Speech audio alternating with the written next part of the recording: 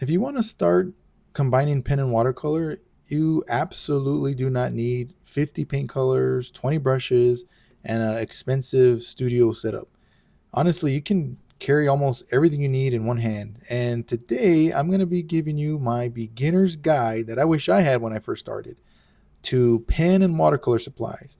And I'm going to show you exactly where I would save a little bit of money and even where I would spend just a little bit more and the handful of tools you actually need to start drawing and painting today with pen and watercolor. Hey everyone, welcome back to my channel and welcome back to this series of bringing your ink drawings to life. If you're new here, this series is all about the pen and ink skills we already enjoy and gradually bringing watercolor into the process. And today's lesson is going to be a fun one. It's for anyone who's been watching these videos and basically thinking in their mind, okay, but what supplies do I actually need? What do I really need to get started? Well, here's my answer. It's not much. You basically need a waterproof pen, small watercolor palette, one or two brushes, quality watercolor paper, and of course, a container to hold your water. And that's really it. Everything else is honestly just preference. And I think keeping your setup small actually makes you much more likely to use it. Okay, so let's talk about watercolor palettes. And I honestly just wanted to curate all the tools that I've vetted over the years that really work. And I believe they'll help you in your journey with no extra fuss, no extra cost. And I want all of you to be able to just find these supplies with no fuss. Okay, so let's get started with watercolor. For beginners, I strongly recommend a small travel palette rather than buying this huge giant set. 12 pans is all you need. A 24 pan is awesome to have, but you don't need it when you're starting, okay? More colors doesn't automatically make you a better painter or make your paintings look that much more awesome. So let's start with the most affordable option first. I highly recommend a Winsor & Newton 12 half pan travel palette. It's the Cotman series, and it is the easiest place to begin. It's very compact, it's very light, and it's literally available anywhere you want. If especially in the United States, I know for sure it's available anywhere. They give you enough colors to start learning mixing and mixtures and start playing around with color theory, and they won't be too overwhelming. It's 12 really good colors. I would also recommend, if you want something with a little bit more pigmented inks, something that's a little bit more premium, and especially it's going to be in a travel tin that you can mount with your magnets. Then another option that I have grown to love even more than the Winsor Newton is a Schmincke travel set. There's an Academy and then there's a Horadam. The Academy is more of the student grade and the Horadam is a professional grade. This is an interesting middle ground because you can get very capable watercolors at a lower cost than the Schmincke's professional line, the Horadam. So if you go with the Academy, which I recommend starting out with, then you're going to have some of the best watercolors that you can buy at a better price. So for somebody learning pen and wash, urban sketching, portraits, landscapes, you really don't need 50 colors. 12 well-chosen colors are plenty, and that's what these have. Or if you are wanting something a little bit more premium, you're not too focused on cost, then I would highly recommend just starting off with professional watercolors. You'll learn how they work. You'll get very spoiled very quickly on how beautiful and how pigmented they are. And if you want to, then I do recommend just jumping straight into the professional watercolors. Buy something that you'll be happy with and you'll be using for years. The first one is going to be your Winsor & Newton Professional, the 12 half pan travel palette, and the Schmincke Horadam 12 half pan travel palette. One of the things that I really appreciate of the Schmincke's professional watercolor line is that they are a large number of them are single pigmented colors, which mix very well, very pure pigments, and their colors are beautiful, beautiful colors. Single pigment paints can give you very clean mixtures because you're starting with fewer pigments in each color. They also produce beautiful transparent washes, strong, very strong, intense colors, and obviously excellent light fastness. And that's really good with watercolor. For a compact professional palette, 12 colors is honestly plenty. But if you do want variety and maybe you want something that's professional but not at a higher cost, because some of these they can range in the hundreds, maybe even $200 range, then I would honestly recommend these Paul Rubens artist grade 24 color pan set. It's the Ocean watercolor set. And they have so many beautiful blues and greens, which I personally love using. I always run out of them first. These were sent to me by Paul Rubens to test out, no strings attached, and basically just for me to share my honest opinion. I used them, I tested them, and I am going to probably make an entire video on these because I am very impressed.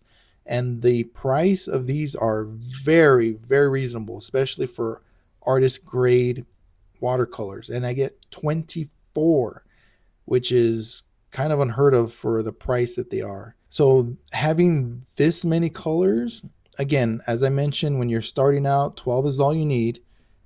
But every now and then, I get it. We all want to play. We all want to have a little bit more fun with colors. And a pan like this is going to give you a much broader range of colors. And it's travel friendly as well. It's a really nice travel tin. With 24 colors, you can experiment with warm and cool combinations. Skin tones can be a lot more varied. You'll have beautiful skies, water, clothing, atmospheric colors that you can really get out of these paints. So I would recommend these professional options for you all. The Schmincke Horadam half pan set is ideal if you want a compact, highly refined professional palette and you enjoy mixing your own colors. The Paul Rubens artist grade 24 color vibrant ocean set is a great choice if you want professional quality watercolors and more color variety at a less price. Oh, and by the way, just a heads up, every art supply that I'll be mentioning and recommending in this video is going to be available in my art store linked in the description of this video and on my YouTube landing page. I'm not sponsored by any of these brands. I just want to show you where to find them so you don't have to waste your money and waste your time. But remember, you absolutely do not need professional watercolors to begin. I'd rather see you use more affordable 12 color palette several times a week than own a beautiful professional set that you hardly touch because of how expensive it is. The best watercolor set is the one that you're actually gonna paint with. Okay, now let's talk about brushes. You really only need one to start out with, but over the years I actually recommend using two for this simple reason. All right, so let's talk about it. For ultimate portability and zero excuses, I recommend you carry a water pen brush. You fill them up with water, gently squeeze them to allow water to flow, and you have no excuses. You always have water, you'll always have a brush, and with your watercolor palette and your sketchbook, you are set. This is the most minimal design that you need. This is what I use for a long time, and this is what got me to realize that I love pen and watercolor and I love this style of art. They do, however, take some time to get used to, and they create their own style. It's its own style of painting when you use a watercolor brush because you're not dipping in water, you're squeezing the water out. So I've painted for years with one of these brushes, but I have always loved the immediate feedback and the control of water that a traditional watercolor brush gives. So let's talk about that. This is another area where I think beginners can easily buy way too many. And for most of what I do, you can get away with two brushes. Like I said, you have the larger round brush and the smaller round brush. That's it. Large round brush would be anything from a 10 all the way up to a 20 round. And then the smallers can be as low as 1 all the way up to 6 or 7. and those will be for your details. You need the large brush so you can get really clean, beautiful washes for the sky or large areas where you don't want a lot of streaks. And you may not use it as much. It might just be for the beginning parts, but it's going to help so much when you do have a large brush to work with. So if you want something very affordable, I've been using this inexpensive Cobia mop and watercolor brush set that gives you several useful sizes and without spending very much. All right, so let's talk about waterproof pens. Now, we're getting into something that I really do care a lot about. If you're putting watercolor over ink, you want your ink to be waterproof once it dries. Otherwise, you're going to drag blank ink all over your watercolor. You're going to muddy everything up. So after many years of trial and error, I may be late to this party, but the Faber-Castell Pitt pens, these artist pens, are my favorite now. They are my favorite because of how they feel, the way they're shaped. I like the pack that they come in. It's no nonsense pack. I use every single one of these pens. There's only 4 of them in the one that I get. I love the ink, and they're available in different sizes, which means I can use a very fine line for facial detail and then move on to the thicker pens for stronger contours. It'll be very useful when you want to add lots of contrast in your pen and watercolor illustrations. And that's something I encourage you to do. I encourage you to experiment with different sizes. Don't make every line identical. Try out different markings and thicknesses. So the next pens that I recommend are the Copic multiliners. They're a very close second for me because they are very reliable, clean, very nice for ink and watercolor work as well. And they feel very good in the hand. They post very well, and the ink is very dark, very, very good pigmented archival ink. I would recommend this basically a 1 and a 1A for Faber-Castell and Copic multiliners. You can also get a brush pen or fountain pens, which I highly recommend.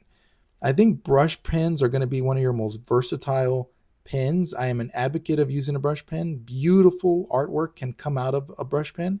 And if you want more expressive lines, I recommend trying the Pentel Pocket Brush Pen. Now you're able to go from thin to thick lines simply by changing pressure, by changing the degree of your fingers and your wrist. So these are fantastic for figure, gestural drawing, hair, clothing, and really bold silhouettes.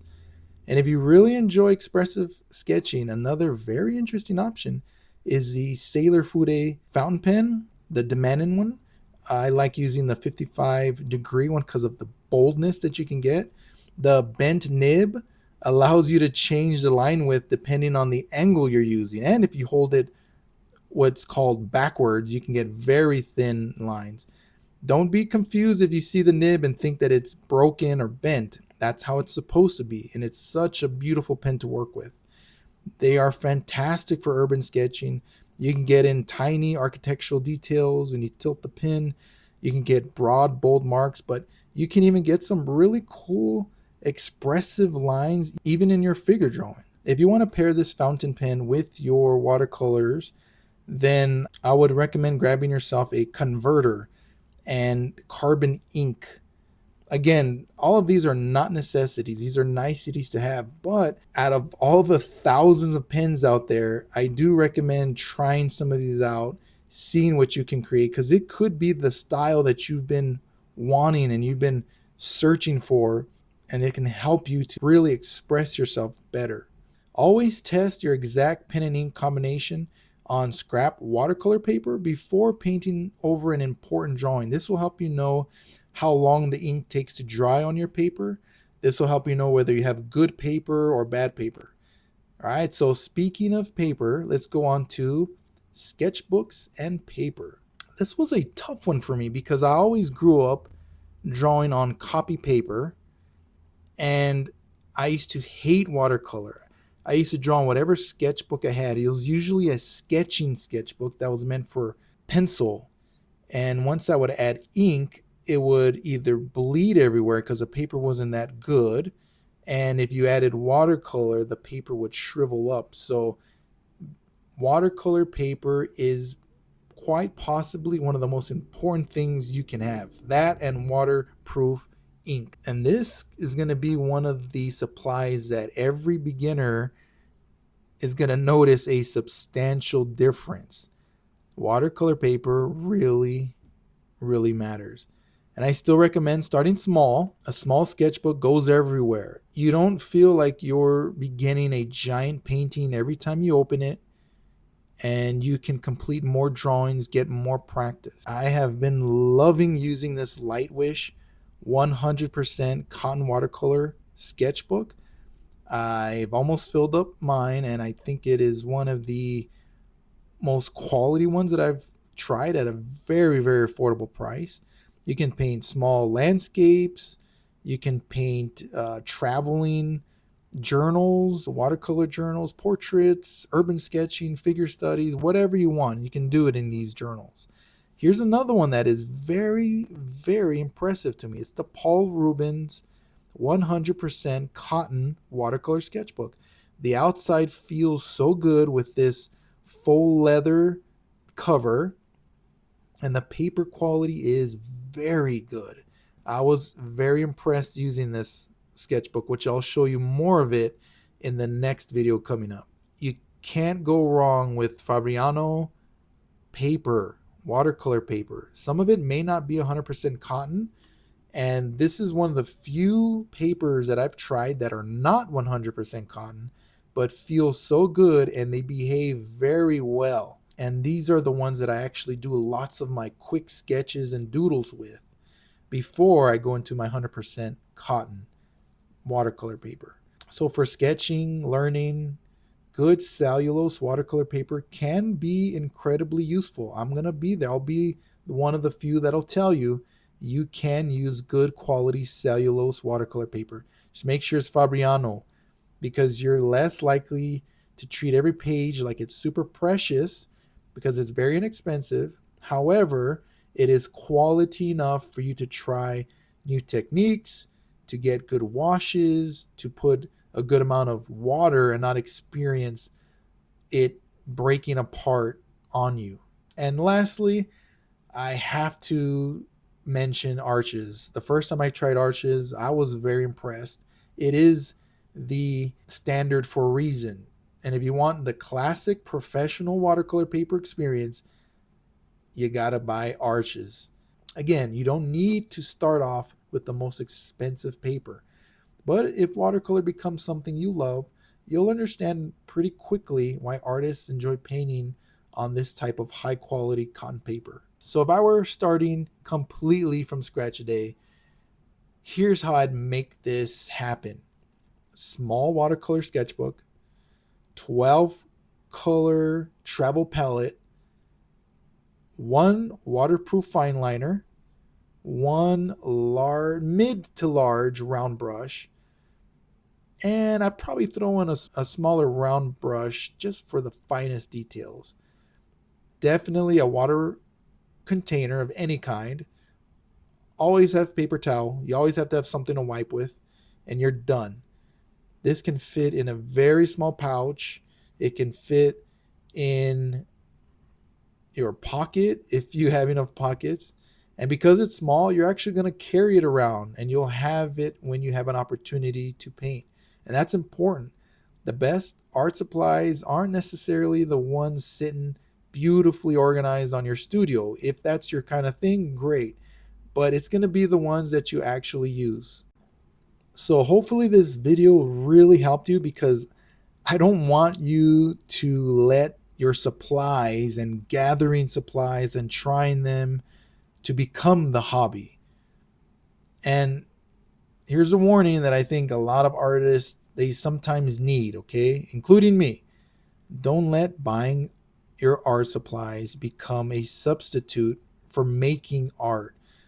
That's where growth happens. God has given us an incredible ability to observe his creation that's all around us. It's gorgeous.